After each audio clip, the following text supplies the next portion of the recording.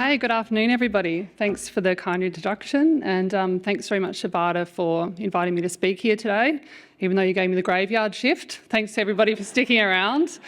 So we're nearly there. It's been a wonderful 2 days, and thanks everybody for sticking around to the very last presentation.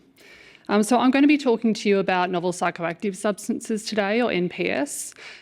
Some of you might be very familiar with these substances, some of you might not be so familiar, but I'm hoping to give you a bit of an overview today.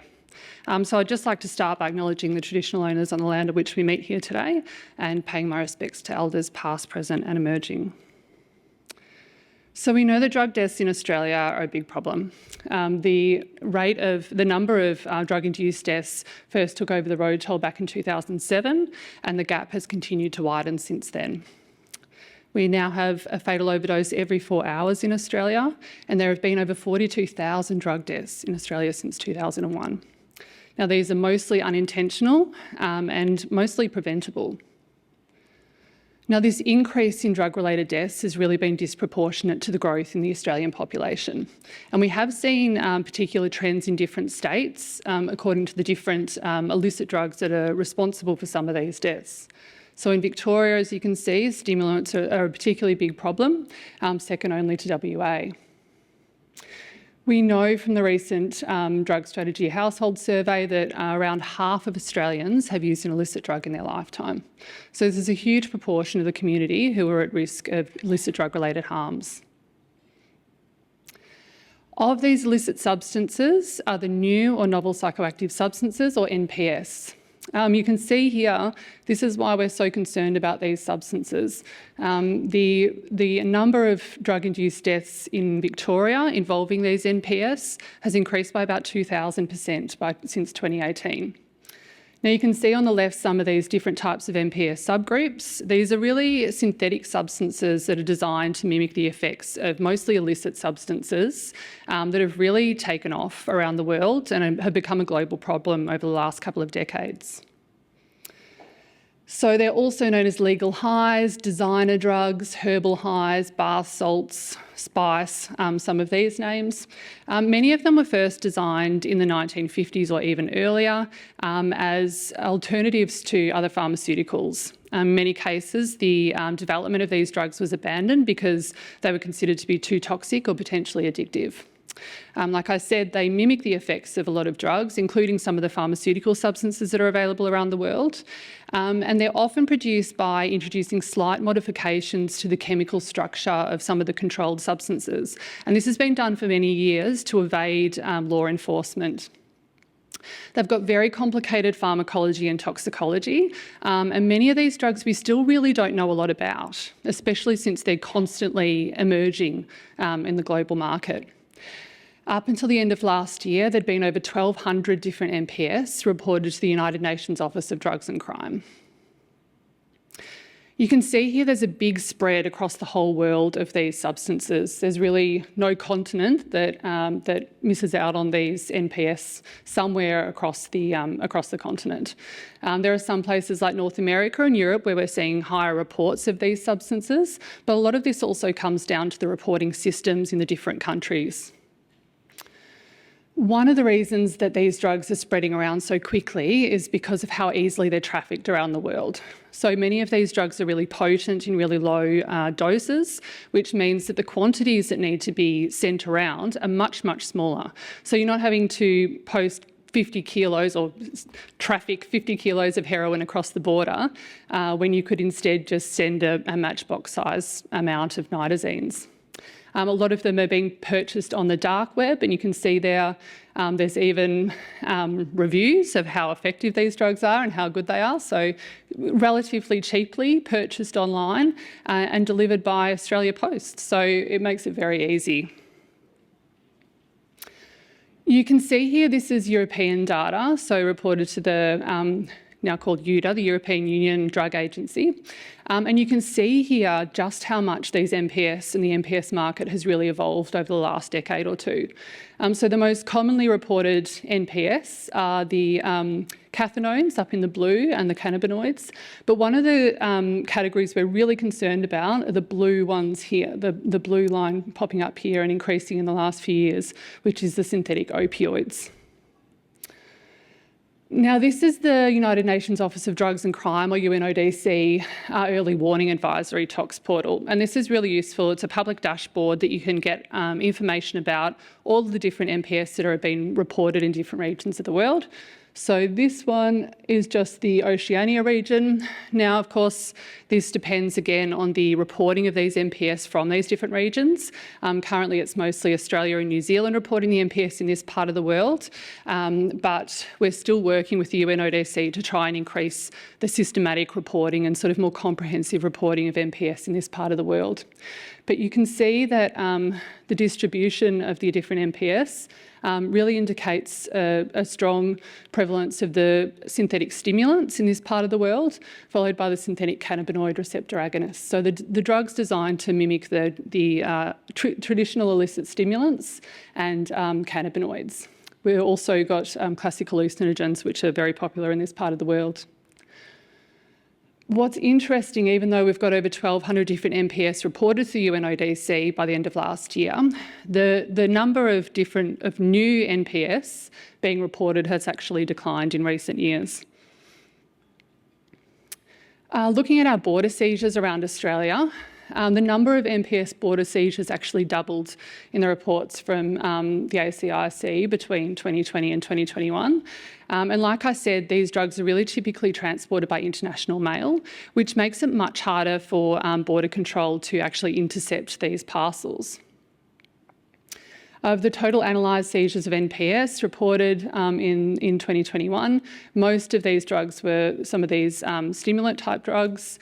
The other NPS category included the 2C group substances, synthetic opioids and ketamine analogues in about 40%, and then the cathinones as well. So we're seeing increasing quantities of these seized. Now, this is some data that's quite interesting from the EDRS, the Ecstasy and Related Drugs Reporting System.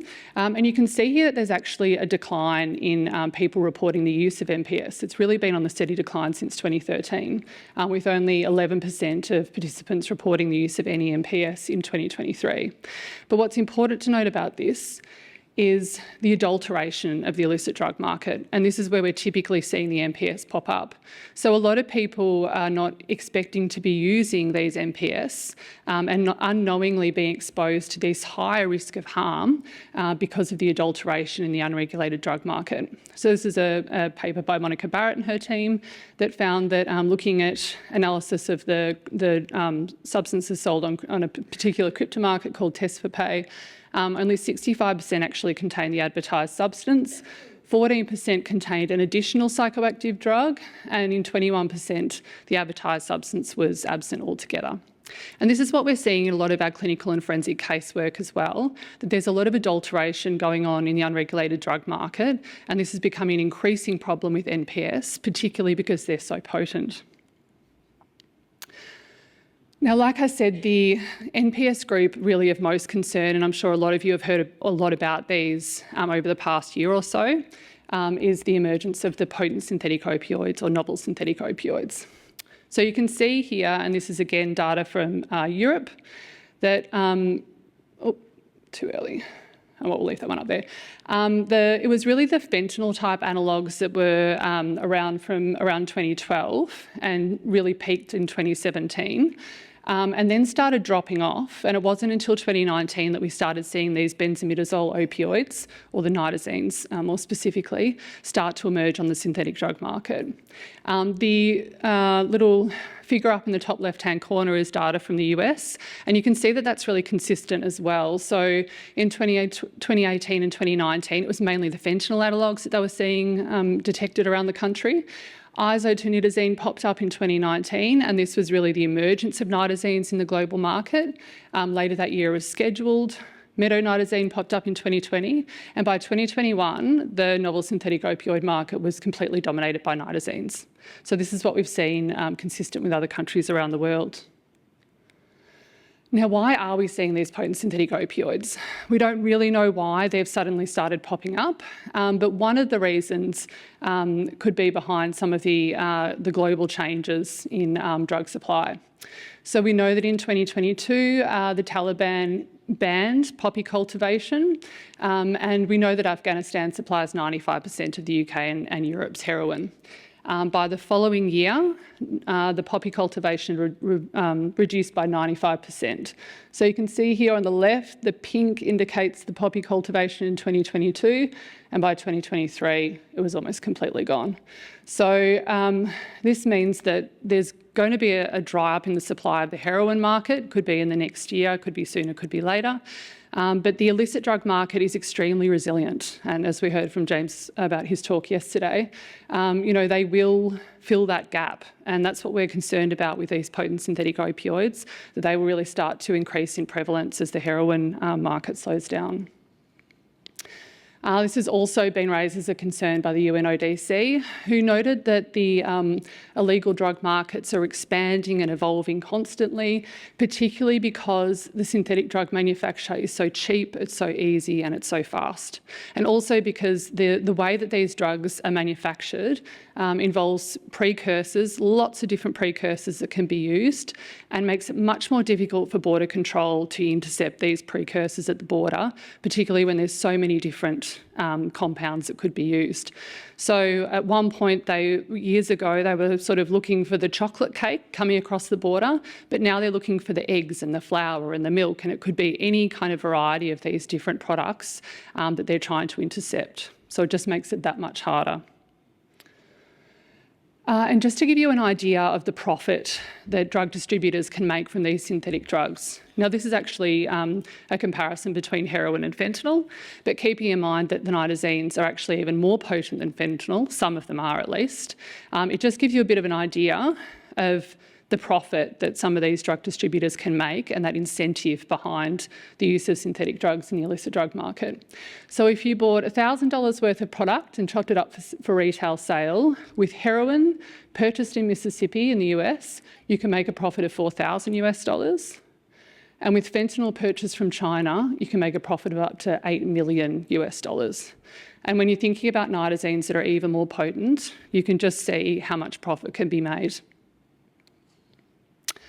So moving on to nitazenes, and some of you came to Susie's talk earlier today and got a very good overview of the pharmacology of these drugs. They were first synthesised in the 1950s. It's an alternative to morphine, but the development of them was stopped because they were found to be highly toxic and potentially addictive. So they re-emerged in Europe and the US in 2019, and by 2023 there were 13 different nitazenes reported to the UNODC that they were monitoring. You can see here a lot of them are coming out of China, which has one of the biggest chemical and pharmaceutical industries in the world. But we've also seen some of the cargo ships carrying nitazenes come across from the UK, so they're moving all the way around the world. I won't go into too much detail on the pharmacology, but just to say that they're very potent mu-opioid receptor agonists. They have heroin-like effects, including that dose-dependent respiratory depression, but typically much more profound respiratory depression with much faster onset. They're also fat-loving drugs, which means that they're really rapidly uptaken to the brain, so they have a very fast onset of action compared with some of the traditional opiates like morphine. Now, the potency of nitazenes really varies. So some of them can be quite similar to morphine, and others are many times stronger than heroin or even fentanyl. There's lots of different studies on the potency of nitazenes, and it really just depends on the assay that's been studied. But you can see here, this is a recent publication from The Lancet that showed drugs like protonitazene, which is the most common nitazene we're seeing in our clinical and forensic casework at the moment. It's about 100 times more potent than heroin. And then you've got other products, other compounds like etonitazene, which could be up to 500 times more potent. So we're seeing these drugs in all different forms. We're seeing them as powders, as crystalline solids, as liquids, in counterfeit opioid tablets, and it's the counterfeit oxycodone that's been really driving the nitazene deaths over in the UK. But we've also seen them here in Australia in substances sold as heroin, ketamine, ecstasy, and even synthetic cannabinoids. So you can see the risk of unintentional exposure to these drugs, not just for people who are used to taking heroin and have that opioid dependence, but for even more of a risk for people who don't have that opioid tolerance, who perhaps aren't carrying naloxone, to be exposed to one of these nitazenes unintentionally is extremely dangerous. So they can be injected, inhaled, or swallowed. There is some evidence that people are actively seeking nitazenes across the world for their opioid effects, but on the whole, the majority of exposures appear to be unintentional. Again, I won't go into too much detail on the pharmacology, but just to say that the particular preferential activation of the beta-arrestin pathways that some of these nitazenes have mean that they produce a much more profound respiratory depression compared with heroin. And obviously the use of other central nervous system depressants like benzodiazepines or alcohol can really exacerbate that overdose risk. The really concerning thing about these drugs is the window of opportunity to intervene in an overdose is much smaller. So it might be around 25 minutes for a heroin overdose, but for a nitazene overdose, it could be as little as 2 or 3 minutes. So without rapid medical intervention and administration of naloxone, there's a really high risk of overdose and death. One of the really concerning things is the really significant at-risk population in Australia. So as we've heard earlier today in the conference, we know that 1 million Australians have used cocaine in the last year. 400,000 Australians have used MDMA, and around 1 million Australians have also reported recent non-medical pharmaceutical use. And this is really concerning because we've seen nitazenes pop up in all of these different drugs around Australia. This is something we've been monitoring in our clinical and forensic casework, and it just demonstrates how many people are actually at risk if there's a surge of potent synthetic opioids in the unregulated drug market. So looking at the situation around the world, we have seen increasing border seizures of nitazenes here in Australia. Many of them have actually been coming, like I said, from the UK in cargo mail. So there's a lot coming just in the post from China and India as well. But 22 seizures reported from the Australian Federal Police towards the end of 2023, containing over 800 different nitazene tablets, actually came from the UK.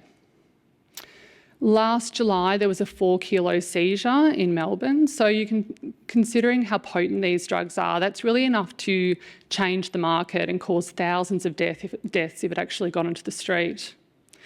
I'm sure many of you are aware of the cluster of 20 overdoses over Easter weekend last year in New South Wales for nitazenes in what was sold as heroin. And we now know that there's been 22 deaths reported to the coroner here in Victoria, which I'll talk about a bit more in a minute. So you can see there on the little table down in the corner that we've seen nitazenes detected in almost all states around Australia. Throughout the world, they're also causing significant concern. So they're reporting about 2 deaths a week in the UK from nitazenes.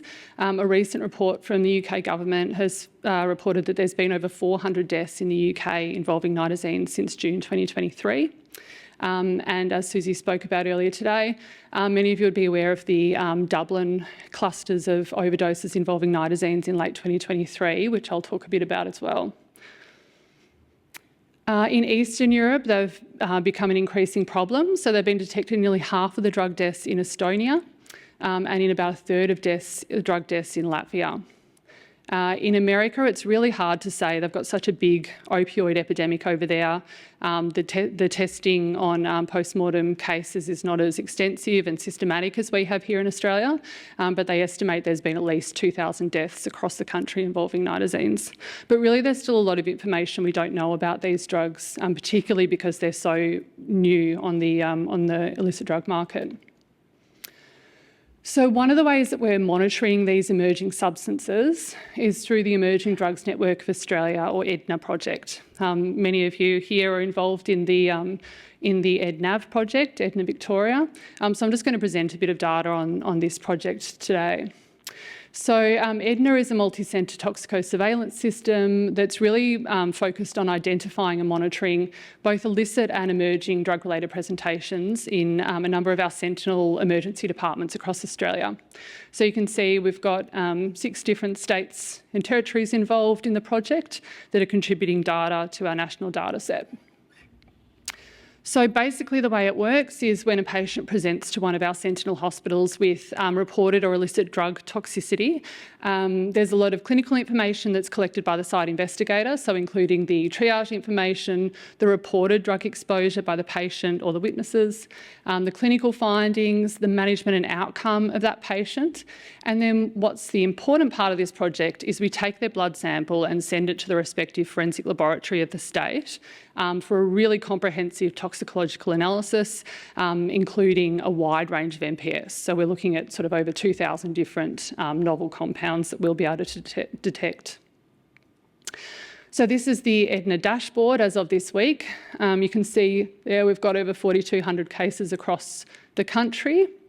Most of the presentations are young males in their early 30s. And I think it's important to note that the majority of cases, 40% of our cases, are occurring in the patient's residence and then they're being brought into the hospital. So it just really highlights the importance of all of the harm reduction approaches that we have for people using drugs in the home. So you can see here on the left is the 15 most frequently occurring illicit drugs, and I'm sure it wouldn't surprise any of you that methamphetamine tops the list, followed by GHB.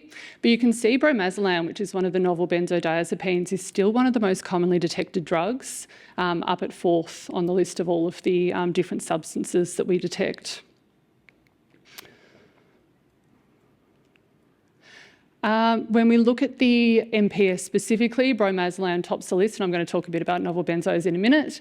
You can see that 415 of our total sort of 4,200 cases involve MPS, many of them co-detected with other illicit drugs, particularly methamphetamine and GHB. And the median age, although they're still male, is a little bit younger than our overall cohort. The nitazene that's most commonly detected is protonitazene. It comes further down the list there under a lot of the novel benzodiazepines and some of the novel stimulants. But when we look at the ICU cases, protonitazene is much higher in the list. So we get an idea of the potency of some of these compounds depending on where we're seeing them turn up in our EDNA data set. Now, looking at the MPS detections over time, this is for our 2023 and 2022 and 2023 data from EDNA, combining the EDNAV data set. So each state has their own sort of in-house data set, but EDNAV has a lot more cases than EDNA nationally, and we don't contribute all of our EDNAV cases to the EDNA data set. So sometimes we complement the EDNA data with some additional cases from EDNAV. So you can see there the sedative hypnotics or the benzodiazepines mainly are all of these blue lines here. The stimulants in the green. Synthetic cathinones, I'm not really going to talk about those today because although they're a commonly reported MPS, we just don't see a lot of them in our clinical and forensic casework. And the red is the opioids, with a few more popping up at the end of December. So these are the main groups that I'm going to spend a bit more time talking about today. These are the MPS groups that we're seeing a lot more of in the community. You can see here on the left the benzodiazepines with bromozolam topping the list, followed by clonazepam and clobromozolam.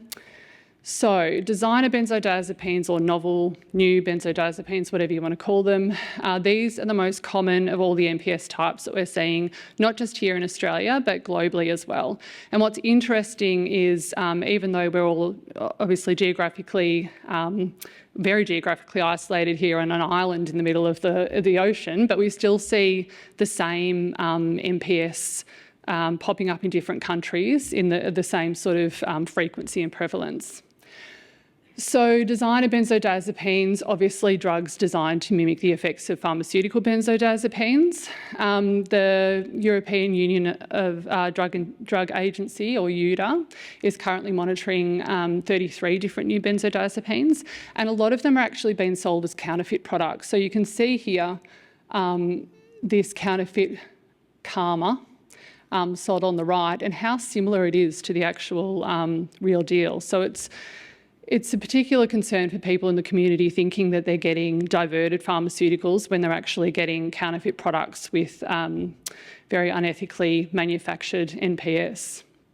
You can see here the evolution of the novel benzodiazepine market. Started seeing them pop up in 2007, but we've seen the majority of the different novel benzos since 2015. So like a lot of the other NPS groups, they have different potencies, different half-lives. A lot of the pharmacology we still don't know a lot about, but typically, like the pharmaceutical benzodiazepines, they're used for the same sort of anxiolytic and sedative effects. Some of them have different effects to the other NPS benzos, like the induction of euphoria with flubromazolam. So they may be illicitly prescribed in some countries. For example, for Nazepam, we've seen a bit here in Australia. It's an illicit benzodiazepine, but it's actually a prescription benzodiazepine in Russia. So there are some drugs that are prescribed in Italy or Japan or Siberia that we've detected in our EDNA data set, but they're illegal here or not registered. And they also can be mixed into the illicit drug supply. So you may have heard of benzodope over in the US, where some of these novel benzodiazepines are being mixed into the fentanyl supply. So this is a very busy slide, but just to say this is some of the data from the EDNAV project, so our Victorian specific project, and it just shows the unpredictability of the novel benzodiazepine market. You can see down here, these are all the different novel benzodiazepines we've detected, and this is in a paper that we published looking at data up to the end of 2022. Some of the drugs we're seeing across the entire study period, like clonazepam, others pop up and disappear. It's really hard to know what we're going to see next with these novel drugs, not just the benzodiazepines. The novel benzos we're detecting in the majority of our NPS cases in EDNA and in EDNAV. So in 16% of our EDNAV cohort, we see at least one novel benzodiazepine, which is a lot considering we're looking for illicit drug presentations overall. The median age is quite a lot younger, so 24 years, but the majority are male. We actually are the only state that are able to collect cases of patients as young as 12 here in Victoria. All the other states have a limit of 16 years, and that's because early on in the study we found that there were lots of reports from some of the site investigators at the different hospitals that there were lots of younger people coming in with reporting novel benzodiazepine use and presenting to hospital emergency departments with toxicity. So it was something that we wanted to continue monitoring, and we've seen a much younger age group of people exposed to novel benzos. This is something we've also seen in the Victorian overdose deaths data. So you can see here, this is the data from 2014 to 2023, and the novel benzodiazepines there in the blue line, the most commonly contributing drugs or NPS to coroners' cases. So over 40% had more than 2 novel benzodiazepines detected in our casework, and typically it was only a single substance consumption.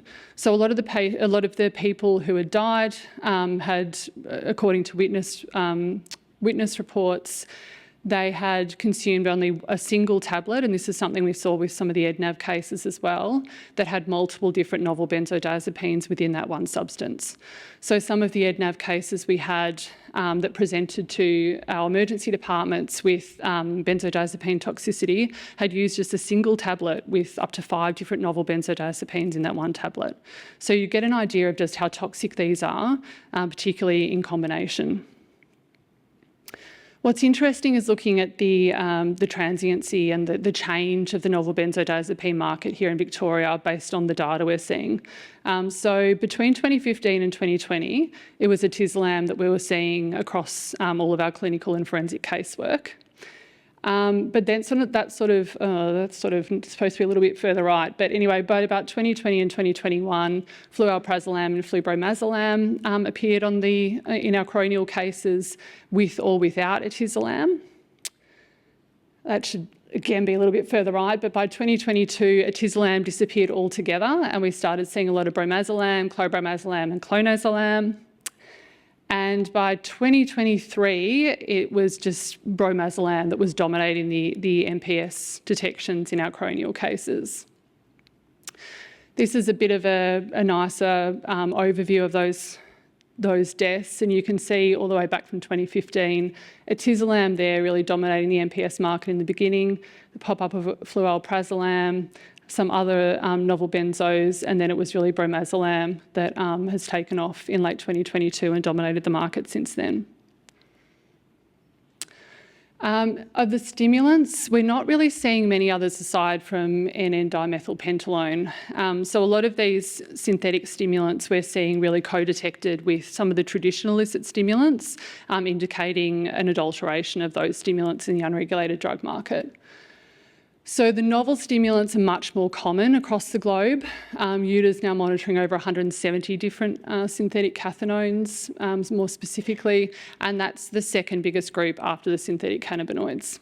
So you can see here that first popped up on the market in 2015, some of those first generation novel stimulants like methylone, and have changed over time post 2022. We're mostly seeing the N,N-dimethylpentylone around the world. So these are usually, the synthetic cathinones are phenethylamine derivatives of cathinone, which is that principal psychoactive component of cat. They typically have amphetamine-like effects, but they're often with a much higher potency.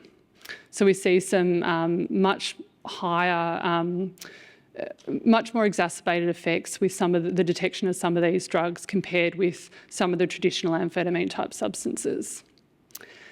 So they are similar to some existing stimulants like methamphetamine, which has raised a lot of concern around countries in the world where methamphetamine is a big problem, like here in Australia, because there is that potential for fortifying the methamphetamine in the unregulated drug market, and also for the synthetic stimulants to expand, for the market to expand just for the demand. And like I said, they're really commonly detected as adulterants in traditional stimulants.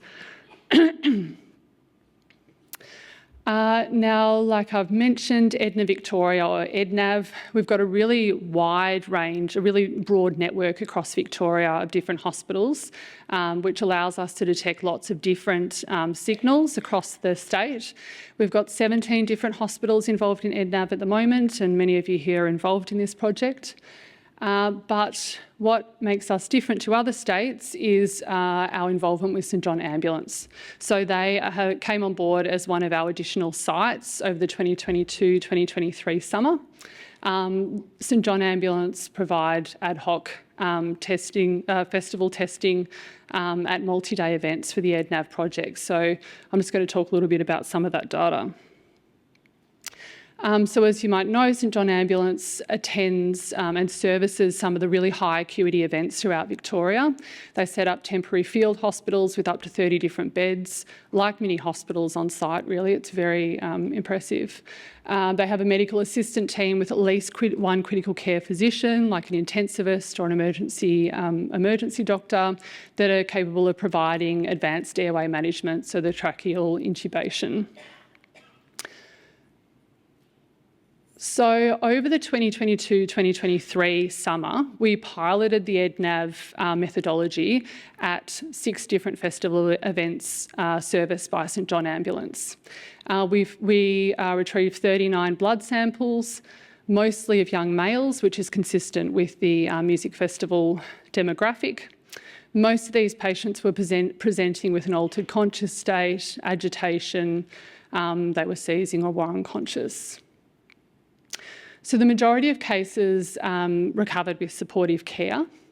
Some were required sedation and airway support. But what's interesting and important is really the outcomes. So 16 of these cases were transferred to hospital. They're the cases that we would likely see in the EDNAV data. But there were 20 cases that were returned to the festival, either returning to their dancing or back to their campsites, and 3 of them were discharged home. So these 23 cases we would have completely missed from the intelligence in terms of our drug monitoring. So this has provided a really important additional way of monitoring some of these emerging substances in the community by capturing this additional information at music festivals. We've continued this over the 2023-2024 summer, and again this summer as well. This is some of the data from these 6 events, and you can see here the blue is where the drug here, so the MDMA, cocaine, ketamine, where the drug was detected and reported by the patient, and the orange is where we detected that drug but it was not reported by the patient, so unintentional use. Now, some drugs like meth we're seeing detected as either as adulterants, or sometimes we're still detecting methamphetamine from somebody that's used it yesterday or the day before and chose not to report it. But what was really concerning is the NPS that we detected. We detected these drugs in 16 different cases, and only in 1 case did the person say that they'd knowingly used it. So there's the potential exposure to these really harmful synthetic drugs in 15 of these cases, and the majority of the NPS detections, potentially exposing these individuals to a much higher risk of harm. And now moving on to the opioids. So we've heard a lot about these opioids. I'm just going to touch a bit on the EDNA data in particular, because this is something that we need a lot of this new information on these emerging drugs, and it's pretty difficult to get, especially with coronial data, which relies on case closure rates by coroners to be less than 2 years, which makes it very difficult. So the most common nitazene that we're seeing is protonitazene, and that was back in 2022, 2023. We recently conducted a study of nitazene presentations in the EDNA data set across Australia. This was led by Kathy Zawadi up in Queensland. So we looked at cases between 2020 and 2024 last year and found 32 presentations. Most of them were male in their early 30s. 16% intended to use these nitazenes, 38% intended to use another opioid, but nearly 50% of them had no idea that they were actually using an opioid at all. So you can see that really high risk of people who have been unintentionally exposed to not just any opioid, but a very potent synthetic opioid. So you can see here the protonitazene was the most common, followed by metonitazene, and we also saw one of the N-peroladino analogues, which is a very potent compound.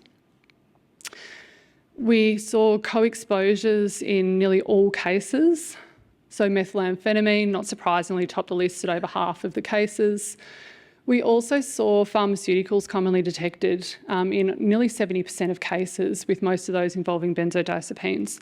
Now, there was a talk yesterday about the combination of prescription and recreational drugs and the additional risk that can carry, particularly if people are not aware of the risks of combining pharmaceutical and recreational drugs. We also saw another NPS in nearly 40% of cases. So not surprisingly, we saw the same sort of effects that we would see with an opioid toxidrome, so pinpoint pupils in around half of the cases, a low respiratory rate, very sedated patients with a Glasgow Coma score of around 3. Naloxone was used in around 3/4 of cases. But what was interesting was that the median dose was only 300 micrograms IV. So in some cases, in 13% of cases, a naloxone infusion was required. But on the whole, regular sort of doses of naloxone or standard doses of naloxone were sufficient for these patients, but some of them required multiple dosing. So some of them required naloxone administration by a peer, then the paramedic, and then in the emergency department. And also, it's important to note that nobody died, which is really good. So we've only got a mortality rate in the EDNAB data set of around about 1% or 2%. So it just shows how really great our medical services are here in Victoria, that if you get to an emergency department in time, then you should be okay. So like I said, standard doses of naloxone really were effective, and these nitazenes really appeared to behave like other short-acting opioids, which is what the international evidence has shown as well. So looking at the coronial data, here you can see that the potent synthetic opioids were the second most frequently contributing NPS category, mostly nitazenes. We first saw isotretinoin in May 2021 and etodesnitazene later that year.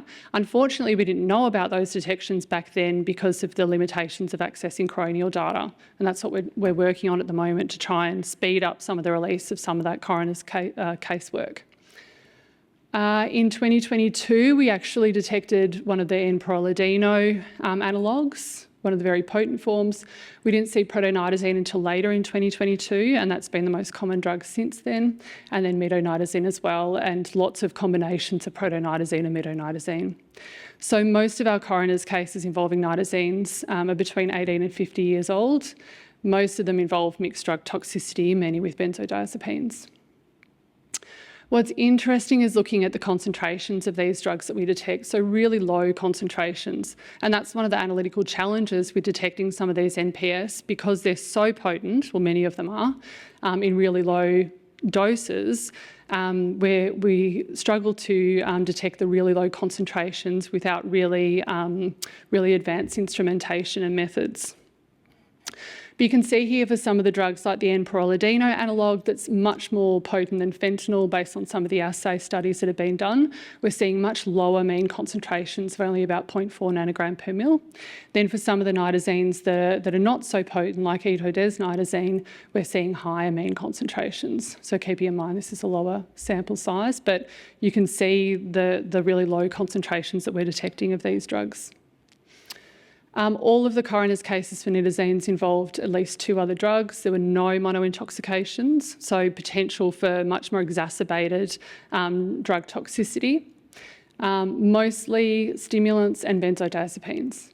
And when we look at these in particular, you can see on the left the stimulants that we detected are a lot of the traditional kind of illicit stimulants, methamphetamine, MDMA, only a couple of cases in synthetic cathinones. But for the novel benzodiazepines, it's primarily novel benzodiazepines that we were seeing combined with nitazenes. So whether they're being co-used or unintentional exposures, we're not sure whether it's mixed in. Now moving on to our current drug signals here in Victoria. Currently we've got a number of different sources of different data that we're able to get a lot of really useful information on emerging drugs throughout the state. So there's the RAPID study, which analyses residue analysis of used syringes. We've got EDNAV, which I've spoken about, coronial findings, although it's much harder to get current information on coroner's cases, and then obviously the drug checking service, which really is going to be critical in detecting some of these emerging substances. But often there's a minimum 7 to 10 day delay from when the substance is first used and analysed to when we actually have that result. The Department of Health goes through their risk assessment process, determines whether a response is necessary. Obviously, there's not a response necessary for all drug detections, and then this leads on to a public alert. So this process can take quite some time, and that's why we need to really speed this up for these emerging substances. And this is a very good example of just how necessary it is to rapidly identify some of these drugs in the community. So late in 2023 in Dublin, they had a cluster of nitazene overdoses, but were able to really quickly respond to the identification of these substances in the community. The health executive, basically the Department of Health there in Ireland, were notified of an unusually high pattern of opioid overdoses occurring in the centre of Dublin, particularly among people attending homeless services. These really reflected early changes in the drug market and what was later to be found the emergence of N-proladino protonitazene, which is a particularly potent nitazene. There were 57 overdoses in 5 days and another cluster of the following month in Cork, which brought the total to around 80 overdoses. But there were really rapid responses implemented that aimed to really protect the people who use drugs in the community. They had really rapid analytical review with their drug checking services. They mobilised the frontline services to really deliver tailored harm reduction advice to the people who use drugs. And they implemented these red alert risk communications. So you can see here on the right, warning signs out on the street, on the traffic signs, warning about the contaminated drug supply. So the takeaways from this example were that, firstly, these substances can emerge without warning, really rapidly hit the unregulated drug market and cause devastation, really, significant overdoses in a really short period of time. And that outbreaks really require not just urgent responses, but preparedness. They responded very quickly to this, but since then, there's been a huge number of different states, counties, cantons around the UK and other parts of Europe and North America that have developed their own preparedness plans for these synthetic opioids. So that brings me on to our plan here in Victoria. In the middle of last year, there was a consensus among sector leaders in the alcohol and other drug space that we really needed to prepare for a surge in potent synthetic opioids in the community. This was particularly evident following the cluster of deaths, those 4 very tragic deaths in Broadmeadows in the middle of last year. And so we got together and formed really an informal network back in July last year to prepare for a surge in these sorts of drugs. We've now got over 25 members representing a really broad range of the sector, which is really important. And although there are similar approaches in other states to identify emerging drugs in the community, what sets us apart in Victoria is the strong representation of harm reduction services and people with lived and living experience. This means that we've got a much better community reach. We're able to identify these substances in the community much more rapidly and disseminate the information out to the community as quickly as we can. One of those people is Craig, who gave a great talk earlier today about SMS alerts, and that's something that's developed in this group as well, as the approach to communicating these messages to the community and how rapidly we could get them out. So the main objectives are to detect and monitor information on potential signals of these potent synthetic opioids and related drugs. Develop protocols and information and dissemination mechanisms, so obviously to get the information out into the community as quickly as possible should a surge occur, and to facilitate rapid and optimal responses to changes in the substance use patterns that we might see and high-risk signals in relation to these synthetic drugs. So Susie mentioned this earlier today, and hopefully this QR code does work, but we have developed an online reporting form to monitor community signals of these potent synthetic opioids. This is for everybody to jump online to, and we really encourage people to advertise this far and wide. Essentially, if anybody experiences or witnesses an unusual overdose, an unexpected drug effect, or an unexpected drug checking result that indicates that we might have potent synthetic opioids in the community, we want to hear about it. After that, we're working with some of our members, especially Richie Goonan and Craig Harvey, who are working to develop individualised service responses to potential outbreaks. So if we do see something, we're prepared and we can respond rapidly. It really is an insurance plan, I guess. We're hoping that we never have to implement any of these approaches. We're hoping that we never have to worry about this, but we want to be sure that if it happens, we are prepared. So we meet fortnightly, we have since July, and we have a WhatsApp group as well to stay informed of any potential signals. Like I said, it's really unique to Australia because of that representation of lived and living experience and harm reduction services. And that really enables us to rapidly reach people who use drugs in the community. So just to summarise my talk, I know you've done extremely well. We're nearly at the end, so thanks for staying with me. The NPS market is really constantly evolving and expanding. We're seeing increasing drug adulteration in the unregulated drug market. And although the substances might be changing, the at-risk population might be changing, what's constant is that expanding and evolving NPS market and the adulteration that we're seeing in the community. There's evidence of it being a really big concern globally with devastating impacts, especially in the UK and North America. And often we're seeing a lot of these drugs, or most commonly we're seeing these drugs as adulterants in illicit substances, which really exposes people to a much higher risk of overdose, higher risk of death, and particularly for a really high at-risk population in Australia, considering how many people use illicit drugs in this country. So it really just highlights the need to be prepared to rapidly respond to these drugs, particularly if there's a sudden surge, and particularly with some of the changes we're seeing in the international drug market. And just wanted to finish with this quote from G.L. Henderson from the Journal of Forensic Sciences back in 1988, so 30 odd years ago. He said, "The future drugs of abuse will be synthetics rather than plant products.